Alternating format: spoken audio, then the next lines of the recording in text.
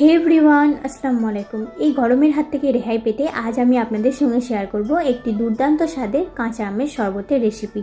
চলুন তাহলে দেরি না করে ভিডিওটি শুরু করা যাক। এখানে আমি নিয়েছি কিছু টুকরো করা কাঁচা আম, নিয়েছি কিছু পুদিনা পাতা, কিছু ধনে পাতা এবং ছোট্ট একটি আদাকে দু টুকরো করে নিয়েছি।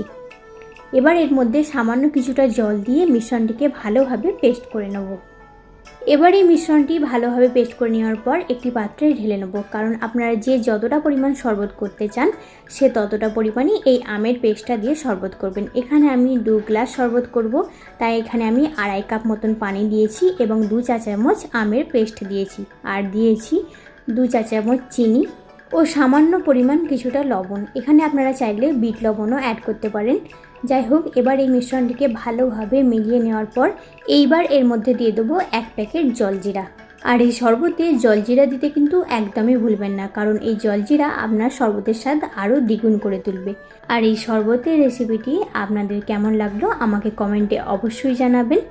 আর এইরকম আরও রেসিপি পেতে আমার চ্যানেলটি সাবস্ক্রাইব করে আমার পাশে থাকবেন। আজকের মতো এখানেই বিদায় নিচ্ছি। আল্লাহ হাফেজ।